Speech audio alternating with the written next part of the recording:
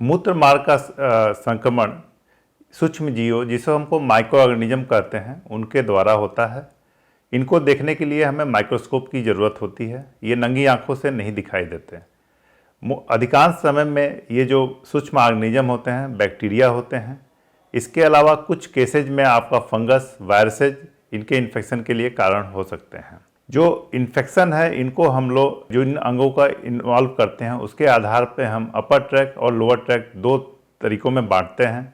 अपर track में kidney और ureters आते हैं और ब्लैडर, प्रोस्टेट और यूरेथ्रा का इन्वॉल्वमेंट होता है तो वो लोअर ट्रैक इन्फेक्शन में आता है। यह इन्फेक्शन बच्चों की तुलना में वयस्क में ज़्यादा होता है। पुरुषों की अपेक्षा फीमेल्स में ये इन्फेक्शन ज़्यादा होता है। फीमेल्स में ये इन्फेक्शन होने का कारण उनकी छोटी यूरेथ्रा का होना है। फीमेल्स में ये जो होते हैं 40% केसेज में यूरिनरी ट्रैक इन्फेक्शन होता है और जो मेल्स होते हैं उनमें जो एक अपने जीवन काल में 12% केसेज में ये इन्फेक्शन हो सकता है। यूरिन इन्फेक्शन के कारण जो है सूक्ष्म ऑर्गेनिज्म हैं जैसे जिनको हम माइक्रो ऑर्गेनिज्म कहते हैं। मोस्ट ऑफ द टाइम ये जो होते हैं बैक्टीरिया होते हैं और इन बैक्टीरिया में E coli most common cause है। ये हमारे पाचन तंत्र में नॉर्मली पाया जाता है।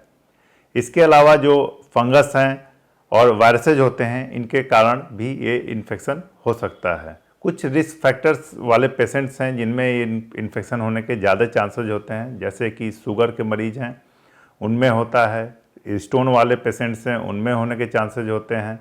जो हम सफाई प्रॉपर ना रखें जैसे कि after during menstruation, after menstruation है, सेक्स के बाद प्रॉपर सफाई ना रखने के कारण ये इन्फेक्शन हो सकता है। कुछ पेशेंट्स हैं जिनमें की इम्यूनिटी बहुत कम होती है, जैसे कि HIV है, एड्स है, जो आपके इम्यूनोसप्रेसेंट ड्रग पोस्ट ट्रांसप्लांट होते हैं उनमें इम्यूनिटी लो होने के कारण ये इन्फेक्शन बार बार हो सकता है उनमें। ओल्ड एज में जो बूढ़े लोग होते हैं उनमें जो होता है मेनली प्रोस्टेट है, उसके वजह से आपका फ्लो प्रॉब्लम आती है। अगर उनको शुगर है तो वो और रिस्क पे होते हैं बार बार इन्फेक्शन होने के। कॉन्स्टिपेशन रहता है उनमें भी इनमें ज़्यादा चांस होते हैं। जो ओल्ड एज की फीमेल्स होती हैं उनमें आपका जो मेनोपॉज हो चुका होता है तो एस्ट्रोजन की कमी होती है। ये एस्ट्रोजन आपके जो बैक्टीरिया होते हैं जो अगर हमारी यूरेथ्रा से अटैच होते हैं तब आपको डिटैच करने के लिए, मतलब रिकरेंट इन्फेक्शन से ये एस्ट्रोजन हमें रोकता है। तो जो ओल्ड एज की फीमेल्स हैं उनमें ये एस्ट्रोजन की कमी के वजह से बार बार इन्फेक्शन हो सकता है। यूरिन इन्फेक्शन के लक्षण जैसे कि हमने बताया था आपको कि संक्रमण दो तरीके का हो सकता है, एक लोअर ट्रैक को इन्वॉल्व करता है और एक अपर ट्रैक को इन्वॉल्व करता है। तो उसी अकॉर्डिंग आपके सिम्टम्स भी होते हैं। अगर ये लोअर ट्रैक में रहता है तो उस समय जो आपके सिम्टम्स होते हैं उनमें डिस्यूरिया हो सकता है, जिनमें हम कहते हैं पेशाब में जलन होना, पेशाब का बार बार जाना जिसको हम लोग फ्रिक्वेंसी बोलते हैं। अगर आप पेशाब लगी है तो रोक नहीं पाते हैं, तुरंत जाने की इच्छा होती है जिसको हम अर्जेंसी कहते हैं। इसके अलावा आपको जो पेशाब बदबूदार होगी, कभी कभी उसमें खून आ सकता है, पस आ सकता है। इसके अलावा जो बुखार होता है यह हल्का होता है और कपकपी के साथ आ सकता है। जब ये इन्फेक्शन लोअर ट्रैक से के बजाय ऊपर यानी अपर ट्रैक में होता है जिसमें किडनी यूरेटर्स का इन्वॉल्वमेंट होता है तब इसमें आपका जो है तेज बुखार आता है और जी मितलाता है, उल्टी आती है। इसके अलावा जो बायलेटरल फ्लैंक्स हैं, नीचे पसलियों के दर्द हो सकता है। यूरिन इन्फेक्शन की संभावना जो अभी हमने आपको रिस्क फैक्टर बताया उन केसेज में आपको ज़्यादा होती है, इसलिए आपको सबसे इम्पॉर्टेंट प्रॉपर सफाई रखना होता है, जैसे कि मेंस्ट्रुएशन के बाद और ये आफ्टर सेक्स। शुगर के जो पेशेंट्स होते हैं वो हैं। कुछ कंडीशन जैसे आपका पथरी वाली हैं, पथरी जिनमें होती हैं, जो पेशेंट ICU में भर्ती हैं, जो कैथेटर पे हैं और कैथेटर केयर प्रॉपर नहीं हो रहा है उनमें हो सकता है। जिनकी पेशाब की थैली में प्रॉपर यूरिन नहीं कर पाते हैं, पेशाब की थैली पूरी तरीके से खाली नहीं करते हैं, उन केसेज में इन्फेक्शन होने की ज़्यादा संभावना होती हैं। फीमेल्स जो होती हैं जिनमें प्रेगनेंसी के समय में ज़्यादा होता है और जब ये पोस्ट मेनोपॉज हो जाती हैं उनमें एस्ट्रोजन की कमी के कारण ये इन्फेक्शन होने के ज़्यादा चांसेज होते हैं। बच्चों में जो मेन कारण है एक कॉन्स्टिपेशन है और प्रॉपर पेशाब का ना होना, उसके वजह से ये इन्फेक्शन बच्चों में हो सकता है। जब हमारे पास कोई संक्रमण का मरीज आता है तो हम प्रॉपर उसकी हिस्ट्री लेते हैं।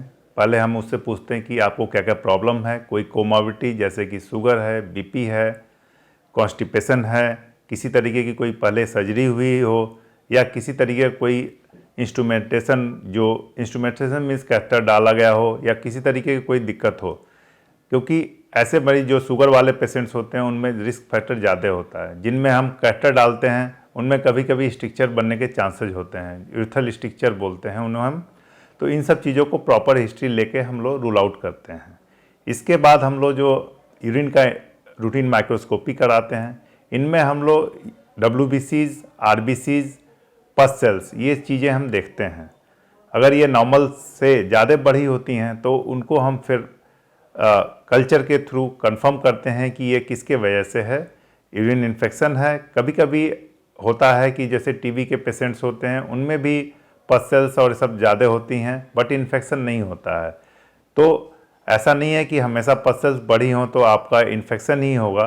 कभी कभी जैसे फीमेल्स होती हैं, जो मिडिल एज की फीमेल्स होती हैं, उनमें अर्जेंसी, फ्रिक्वेंसी, जिनमें मतलब बार बार पेशाब जाना, पेशाब लगे तो रोक ना पाना, ये सब सिम्टम्स होते हैं। इसको हम ओवर एक्टिव ब्लैडर बोलते हैं। तो जो नॉर्मल गायनेकोलॉजिस्ट के पास ये पेशेंट्स जाते हैं तो वो इन्फेक्शन से इसको अलग नहीं कर पाते हैं। तो इसलिए और उन केसेज में आपका यूरिन कल्चर जब कराते हैं तो स्टेराइल आता है। ऐसे केसेज में कई बार ऐसा होता है कि जब पेशेंट पहुंचते हैं तो उनको एंटीबायोटिक एडवाइस कर दी जाती है और प्रॉपर हिस्ट्री ना लेने की वजह से वो ओवर एक्टिव ब्लैडर का पेशेंट होता है और उनको हम लोग अननेसेसरी फिर एंटीबायोटिक दे देते हैं। इनमें मेन जो पहचान होती है अर्जेंसी से और यूटीआई को डिफ्रेंशिएट करते हैं, उनमें यह है कि डिस्यूरिया, जो जलन होना पेशाब में, वो जो ओवर एक्टिव ब्लैडर के पेशेंट्स होते हैं उसमें कम चांसेज होते हैं होने के। और यूटीआई में आपका मेन जो होता है जलन के ज़्यादा चांसेज होते हैं, पेशाब में जलन होती है, हल्का बुखार रहता है, ये सब सिम्टम होते हैं, इनको हमें अलग करना होता है। इसके बाद हम लोग फिर यूरिन कल्चर कराते हैं। उसमें हम लोग जो भी ऑर्गेनिज्म आता है, ग्रो होता है, उसके अकॉर्डिंग हम लोग फिर एंटीबायोटिक देते हैं। फिर इसके बाद जिन जिन मरीजों में हम अगर वो हिस्ट्री देते हैं कि पेशाब के फ्लो में प्रॉब्लम है, पेशाब करने में दिक्कत होती है, तो उनमें हम लोग यूरोफ्लो कराते हैं। इसके अलावा जो बच्चे होते हैं उनमें हमें, जो फीमेल पेशेंट्स होती हैं, जो बच्चियां होती हैं, उनमें रिफ्लक्स एक मोस्ट कॉमन कॉज है रिकरेंट यूटीआई के लिए। तो उन केसेज में हम अल्ट्रासाउंड करते हैं। अगर उसमें सूजन होती है गुर्दों में, वो है तो फिर, लेकिन इसका जो कन्फर्मेशन होता है वो हम लोग MCU से कराते हैं, जिसको हम मिक्चुरेटिंग सिस्टोइरेथ्रोग्राम करते हैं। इनमें दवा पेशाब की थैली में डालते हैं और हम लोग गुर्दों में अगर वो पेशाब पहुंच रही होती है तो उसको हम लोग देखते हैं और उसके अकॉर्डिंग हम ट्रीटमेंट करते हैं। जो मेल पेशेंट्स होते हैं उनमें भी जैसे पोस्टीरियर वाल्व है, मेटल स्टेनोसिस है, फाइमोसिस है, ये सब दिक्कतें होती हैं, उनमें भी बार बार इन्फेक्शन होने के चांसेज होते हैं। इसके बाद जो मिडिल एज के में है, मेल फीमेल हैं, मिडिल एज की फीमेल्स में जिसमें कॉमन होता है क्योंकि यूरेथ्रा शॉर्ट छोटी होती है और जो टट्टी का रास्ता होता है मूत्र मार्ग के पास ही होता है, तो उससे जो आपका जो टट्टी होती है वो पेशाब की थैली के मुंह पे जाके लग सकती है। ये जो आपका इन्फेक्शन करने वाला बैक्टीरिया होता है आपके पाचन तंत्र में ही होता है, तो उससे भी बार बार इन्फेक्शन हो सकता है। इसी तरह मेल पेशेंट्स हैं जिनमें आपका आफ्टर सेक्स प्रॉपर तरीके से अगर वो सफाई नहीं रखते हैं तो उनमें रिकरेंट इन्फेक्शन हो सकते हैं। यूरिन इन्फेक्शन जब लोअर ट्रैक्ट से ऊपर जाके गुर्दों को इन्वॉल्व करता है तो उसको हम लोग पायलोनेफ्राइटिस करते हैं। जब ये पहली बार होता है, जाड़े तेज जाड़े के साथ आता है, तो इसको एक्यूट पायलोनेफ्राइटिस करते हैं।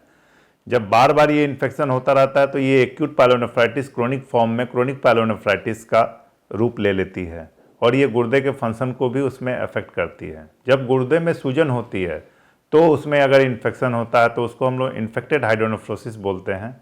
जब ये गुर्दे के फंक्शन को भी इन्वॉल्व कर लेता है तो उसको पायोनेफ्रोसिस करते हैं।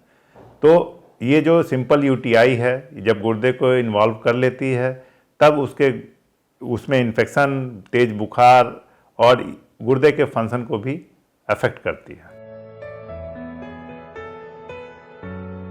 यूरिन इन्फेक्शन के जब भी जो भी मरीज होते हैं संक्रमण वाले, उनमें जो रिस्क पेशेंट हैं उनको खासकर ध्यान रखना है और जिनको पहली बार होता है वो आप अपना कोई भी प्रॉपर कंसल्टेशन से ही इलाज कराना चाहिए। अपने आप कोई एंटीबायोटिक या वो सब इलाज के लिए ना यूज करें।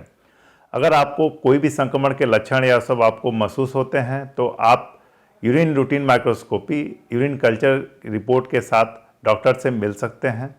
डॉक्टर कल्चर के देख के उसके अकॉर्डिंग जो भी ऑर्गेनिज्म उसमें ग्रो किया हुआ है उसके अकॉर्डिंग, यदि बैक्टीरिया है तो एंटीबैक्टीरियल या एंटीबायोटिक्स देता है, और फंगस है तो एंटी फंगल ट्रीटमेंट देता है। अगर ये पहली बार होता है तो उसमें हम लोग जो ये ट्रीटमेंट का जो ड्यूरेशन होता है उसको सिंपल यूटीआई अगर है तो उसमें हम लोग 7 दिन रखते हैं। अगर यही यूटीआई जब कॉम्प्लिकेटेड यूटीआई लोअर ट्रैक से अपर ट्रैक में चला जाता है तो उन केसेज में हम लोग को आईवी एंटीबायोटिक्स, हॉस्पिटलाइजेशन इसकी भी ज़रूरत पड़ती है। तो उन केसेज में हम लोग 14 डेज के लिए आप आईवी एंटीबायोटिक्स एंड देन 7 दिन के लिए ओरल एंटीबायोटिक अकॉर्डिंग टू जो यूरिन कल्चर की रिपोर्ट है उसके अकॉर्डिंग हम लोग देते हैं। कुछ पेशेंट ऐसे होते हैं जो जिनमें इन्फेक्शन बार बार होता है, उनमें हमें उनके कारणों को पता करना होता है कि ये इन्फेक्शन बार बार क्यों हो रहा है। इसके लिए हमें कुछ और भी जांचें करानी होती हैं, जैसे कि अगर पेशाब की थैली पूरी प्रॉपर खाली नहीं हो रही है तो उस केसेज में यूरोफ्लो, अल्ट्रासाउंड। अगर आपका पेशेंट जैसे बच्चे हैं जिसमें रिफ्लक्स है, पोस्टीरियर वॉल्व्स होता है, उन केसेज में हम लोग फिर एमसीयू कराते हैं, और कभी कभी हमें सीटी स्कैन की भी ज़रूरत पड़ती है। जिन मरीजों में ये बार बार इन्फेक्शन होता है उनमें कुछ काजेज ऐसे होते हैं जिनको हमें सर्जरी के थ्रू करेक्ट करना पड़ता है, और कुछ केसेज में हम लोग को आफ्टर ट्रीटमेंट संक्रमण के प्रॉपर फुल कोर्स एंटीबायोटिक देने के बाद अगर लगता है कि इनमें प्रोफाइलेक्सिस की ज़रूरत होती है तो कुछ 3 से 6 महीने के लिए हम लोग एंटीबायोटिक प्रोफाइलेक्सिस पे भी रखते हैं। यूरिन इन्फेक्शन अगर आपका हो गया है तो पहले आप प्रॉपर कंसल्टेशन से एंटीबायोटिक कल्चर के अकॉर्डिंग आप लें। अननेसेसरी एंटीबायोटिक यूज ना करें, वो भी एक कारण होता है कि बार बार इन्फेक्शन के लिए, क्योंकि वो जो ऑर्गेनिज्म है आप अगर प्रॉपर तरीके से प्रॉपर डोज में प्रॉपर एंटीबायोटिक नहीं लेते हैं तो रेजिस्टेंस क्रिएट करता है, और अगली बार फिर अलग तरीके के ऑर्गेनिज्म से अगर आपको इन्फेक्शन होता है तो ये इन्फेक्शन ये एंटीबायोटिक से रेजिस्टेंस डेवलप होने के कारण पूरे शरीर में फैलने की संभावना होती है। तो आपको जब भी ये लक्षण जो आपको हमने पेशाब के इन्फेक्शन के बताए हैं अगर आपको लगता है तो फिर प्रॉपर तरीके से उसका इलाज करें। यूरिन इन्फेक्शन का जो रोकथाम है उसके लिए आपको जो हमने रिस्क फैक्टर बताया उन्हीं को रिमूव करना है। मेनली प्रॉपर आप अपने जेनिटलियाज का सफाई रखें, after sex, after menstruation proper hygiene रखें। इसके अलावा जो पब्लिक टॉयलेट्स हैं, साफ पब्लिक टॉयलेट्स हैं, उनका यूज करें। अननेसेसरी यूरिन को होल्ड ना करें। कभी कभी फीमेल्स में ऐसा होता है कि अगर उनको बाहर गई और बाज़ार में हैं तो अगर उनको अपने घर में ही टॉयलेट करने की आदत होती है तो वो यूरिन होल्ड करने लगती हैं, जिसके कारण उनके जो होल्डिंग कैपेसिटी बढ़ जाती है और प्रॉपर यूरिन उनको फ्लो नहीं होता है और यूरिन होल्ड होती रहती है, और ये इनको रिस्क फैक्टर पे डालती है बार बार इन्फेक्शन होने के। तो अगर आपको यूरिन आई है तो उसको होल्ड ना करें, जाके उसको पेशाब की थैली को खाली करें प्रॉपर तरीके से। एडिक्वेट अमाउंट में आप अपना पानी की मात्रा रखें। शुगर के मरीज हैं तो शुगर को कंट्रोल करें। पथरी है, कुछ सर्जिकल करेक्टेबल काजेज हैं जो बार बार इन्फेक्शन के लिए जिम्मेदार हैं, तो उनको आप डॉक्टर से कंसल्ट करके उनको ट्रीटमेंट करें। और कॉन्स्टिपेशन है, कब्ज के पेशेंट्स हैं उनको कॉन्स्टिपेशन अपना अवॉइड करना है। डायरिया है तो उसको भी ट्रीट करना जरूरी होता है।